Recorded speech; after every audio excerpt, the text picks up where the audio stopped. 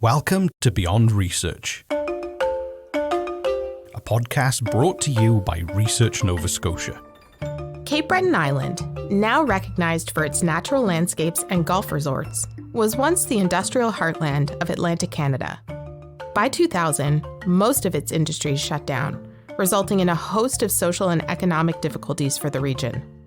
Although those industries collapsed 20 years ago, Cape Breton still fluctuates between, 14 and 20% unemployment, depending on when you look. Child poverty is still incredibly high. A third of the children here are in poverty. All of these issues remain, right? And they're rooted in the economic problems caused by the loss of that industrial base. This is Dr. Lachlan MacKinnon, an assistant professor of history and Tier 2 Canada Research Chair in Postindustrial Communities at Cape Breton University. Today you will learn how he plans to preserve the history of Cape Breton's economic decline in order to create a better future for post-industrial communities in Nova Scotia, Canada, and beyond. Thank you for joining us today, Dr. MacKinnon. I'm wondering if we could start by you just telling us a little bit about your passion for history and what attracted you specifically to this line of research. Well, when I was growing up, I grew up here in Sydney, where I'm now working at Cape Breton University, and I went through high school in the early 2000s. And during that time, Cape Breton Island was facing a lot of problems. There was significant kind of issues relating to the opioid crisis. The economy was in shambles. Unemployment was super high. At the same time, I was looking around and seeing, friends who had parents or grandparents who were getting cancer and things like that. And I was growing up kind of watching that happen. And so I kind of wondered, what happened here, right? And so I think that kind of probably started the ball rolling on studying deindustrialization, right? Because of course, all of those things were connected to the fact that the coal mines and the steel plant, which had sustained the economy of the island for 100 years, both ended in the year 2000, right? So immediately at that same time that I was watching kind of that fabric come apart, those industries had kind of collapsed in on themselves. And so what I was actually witnessing was the aftermath of that kind of collapse, although I didn't necessarily know that at the time. And for our listeners at home, and you kind of touched on it in your answer there, but your research specifically looks at the history of Cape Breton Island. Yeah. And even more specifically, the post-industrial communities within. Can you explain, just break it down, what that really means for those who may not understand it? What I'm really researching is deindustrialization in general, right? So if we're thinking about society in North America or Western Europe, since the 1970s, there has been a crisis in industries that had sustained hundreds of communities in all these different countries. So you had the collapse of the coal industry, the collapse of steel industries, or at least the collapse of employment in those industries, which, up until that point was often heavily unionized, high paying, could provide kind of a higher standard of life. And then at that time, during the 1970s and 1980s, for a variety of reasons, the economic kind of underpinnings to those industrial producers and employment within those industries kind of got pulled out from underneath everybody involved, right? And so those industries started to collapse one after the other, all the way across kind of North America and Western Europe. So that's the broad picture of what I'm kind of looking at. Of course, my own specific focus, up until this point has been industrial Cape Breton, which is where I'm located. So looking at the coal and steel industries here, the effects relating to their decline and eventual end, and then of course, what comes in the aftermath. Although those industries collapsed 20 years ago, Cape Breton still fluctuates between, 14 and 20% unemployment, depending on when you look. Child poverty is still incredibly high. A third of the children here are in poverty. All of these issues remain, right? And they're rooted in the economic problems caused by the loss of that industrial base. And so part of my research is looking at, what does that transition mean? How do people deal with it? And of course, then what happens to these economies and these communities in the kind of years after that transition? Right. And in relation to this current work, what are the outcomes or goals of the research, and how do you feel like that could impact Cape Bretoners for years to come? Well, I think there's probably a few goals. So one is to kind of get an idea of comparative policy frameworks in kind of an international perspective, to have an idea of how different governments have treated industrial decline, right? So what kind of practices were put into place in different areas to try and wrestle with rising unemployment and all of the social ills that come along with the decline of those kind of foundational industries? And then how did they work? Like in the United States, you saw a much more laissez-faire kind of approach where, industrial producers were simply allowed to kind of decline on their own, collapse, and then, new industries would kind of rise organically, right, without much participation by governments. So one idea is to look at kind of different approaches in different countries and see which ones had kind of success, right, and which ones perhaps had less success. Not just Canada, the United States, but looking at the history of industry and deindustrialization in the UK or France or Germany. All of these places have similar stories in terms of the way the communities have experienced deindustrialization. But of course, in each of these places, very different policy frameworks came into being in response. And of course, in doing that, then you're able to perhaps make prescriptive recommendations that could be implemented at either the municipal or provincial or federal level to try and offset some of the kind of malaise or economic problems that are continuing in places like Cape Breton, right? And I think that's one of the main contributions that this research will have for Nova Scotia, and indeed for the rest of Canada, because this isn't simply a question of industrial Cape Breton. It's a question that, Northern Ontario or BC forestry or oil in Alberta even, all of these sorts of resources, extractive industries, industrial production, all of these communities will have to deal with these questions at one time or another. Are you able to share any early outputs today? So in my research, I'm looking right now at emerging industrial development frameworks that took place here in Atlantic Canada, as well as the Scottish Highlands, right?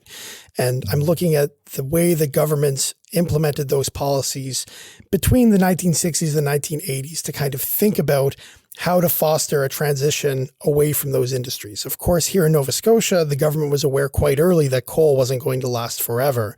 And so through a series of interventions, the Donald Report, the creation of DevCo, all of these other sorts of things were done to try and slow that roll, right? To try and make it so that in the aftermath of the end of that industry, there were other things that could kind of rise to take its place. Tourism being one that worked quite well, others that perhaps didn't work as well. So that's one of these kind of early results, right, is that it does seem as though state responses that do try to take an active role in, number one, mediating the decline of those industries, and number two, kind of fostering a transition to small business growth, to, the knowledge and service economies, which I keep mentioning, have seemed to have fared better than places where the idea was simply to, allow the collapse to happen and then see what builds back in its place. And that's a very preliminary kind of finding, but those are the sorts of things that we're kind of trying to get a handle of as we work through the project. Yeah. And in your opinion, why is it so critical that history become digitized for public consumption? Firstly, it creates kind of a huge repository of information and sources for researchers.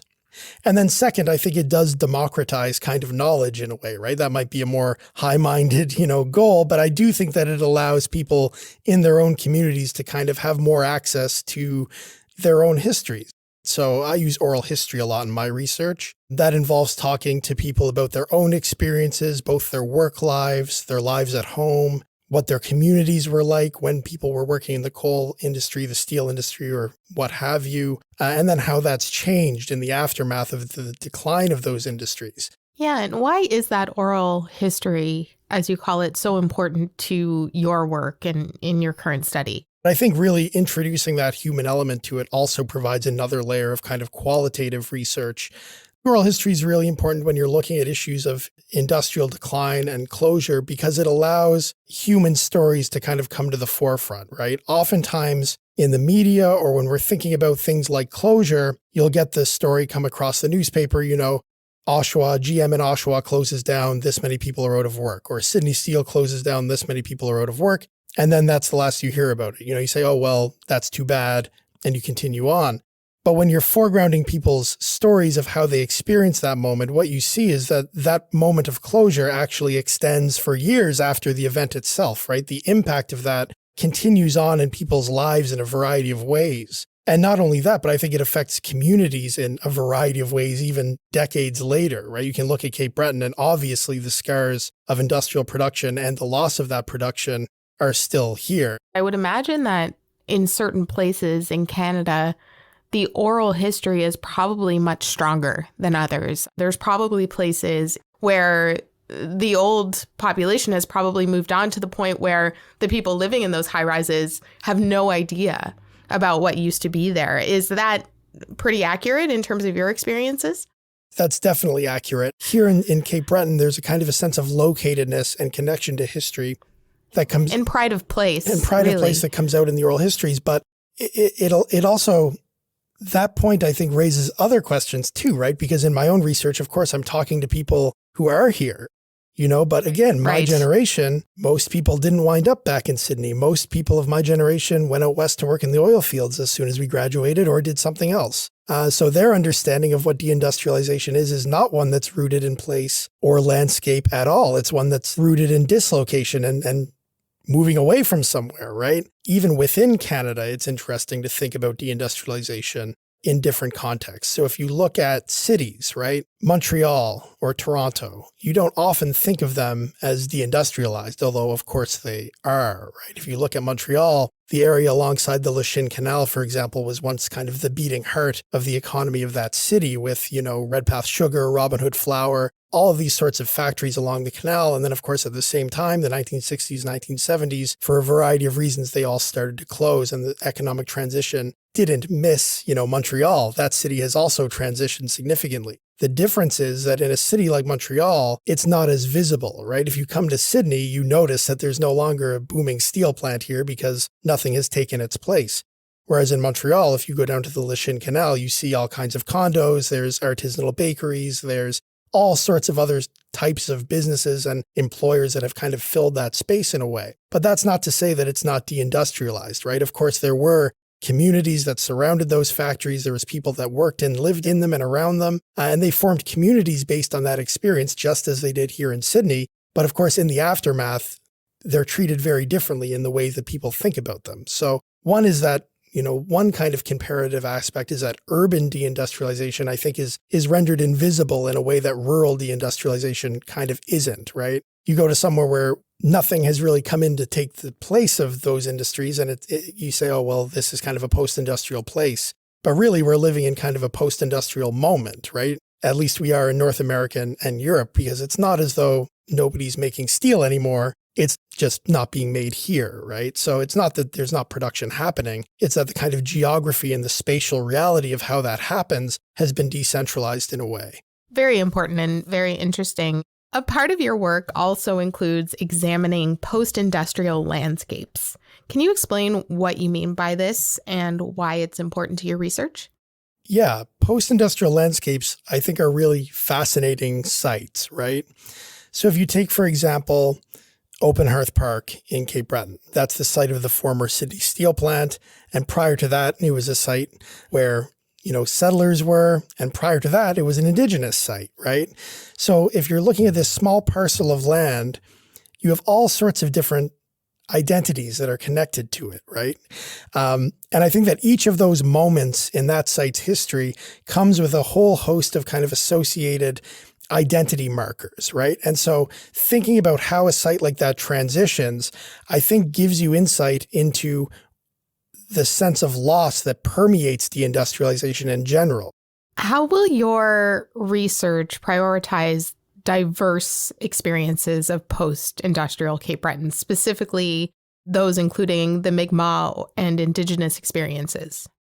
Oh, there's a tremendous amount of work to be done in terms of recognizing deindustrialization as something that doesn't simply affect, white blue-collar men who lost work in these areas, right? As a social process, deindustrialization affected everybody in these communities, right? So there are gendered aspects, there are certainly racialized aspects. And of course, the indigenous piece of that puzzle is something that hasn't been looked at a whole lot, right? So, and I often say, it's interesting that it's only in the aftermath of Cape Breton's industry, for example, that Membertou has so obviously grown, right? Membertou is in a way the economic driver of Cape Breton Island at this very moment. And I don't know that that's a coincidence, right? That didn't happen in the industrial moment, because I think that there were particular mechanisms in place that kind of kept certain groups within the community pushed to the outside of things that were happening. And I think that that's perhaps we're in a different moment now. And of course, I think that that's an important piece of that story, right? We're not telling a simple story of, these industries rose and then fell and, all these, it's a complete tragedy. Of course, there's mediating circumstances within, and the environmental piece of the puzzle is similar in a way, right? Of course, industrial production, one of my interviewees said, the steel plant, it gave a lot to my family. It allowed my kids to go to university. We had a car, we had a house, but it took a lot from me too, because this person I was speaking to, developed cancer at an early age. A lot of their coworkers had already passed away. There's all sorts of issues relating to industrial production. So it gives and it takes away, right? And I think that that's kind of part of that puzzle, is getting at the diversity of that experience in kind of a way where you can include that in your analysis. Right. And it must be so interesting in your work to talk to these families and hear these stories and know that there are all of these untold stories that you're helping to bring to the forefront and make part of that overarching narrative moving forward. There must be some pride in that. Yeah, it's very interesting, right? You get to talk to all sorts of people. Sometimes it's very sad, sometimes, the stories that you hear. And I guess this gets back to this idea of how, I'm a historian, right? I write history about things that happened many years ago, sometimes going back more than a half century ago and bringing it up to today. But when you talk to people, obviously these histories still impact their lives in such real ways, right? Like if you're talking to somebody whose children passed away as a result of different cancers from living alongside the coke ovens, this woman might be in her 50s or 60s and their children would be my age. Obviously, those sorts of stories are very powerful, right? And so including those stories in a holistic discussion of what it means to lose industry, I think that's very powerful too, right? Because of course you can say, well, coal and steel are gone in a lot of communities. It left a gaping hole in a lot of ways, right? It left an economic hole. It left a kind of center that people built their identities around. There's a lot of problems associated with the loss of those industries. But the other part of it is that there are a lot of problems with those industries as well, right? People's bodies were destroyed, working in those industries. People's health was destroyed living alongside those industries. And so I think it's kind of trying to find a way to tell those stories and include people's personal narratives about that experience that I think really drives, a lot of my research, right? It's that tension that I find really, really interesting to get into. Very, very well said. Very well said. Well, thank you so much, Dr. MacKinnon, for joining us today. It's been lovely chatting with you about your research. Yeah, thank you so much for having me. It was a pleasure. To find out more about this podcast and the research featured in this episode, visit researchnovascotia.ca. My name's Rhys Waters, and we will see you next time.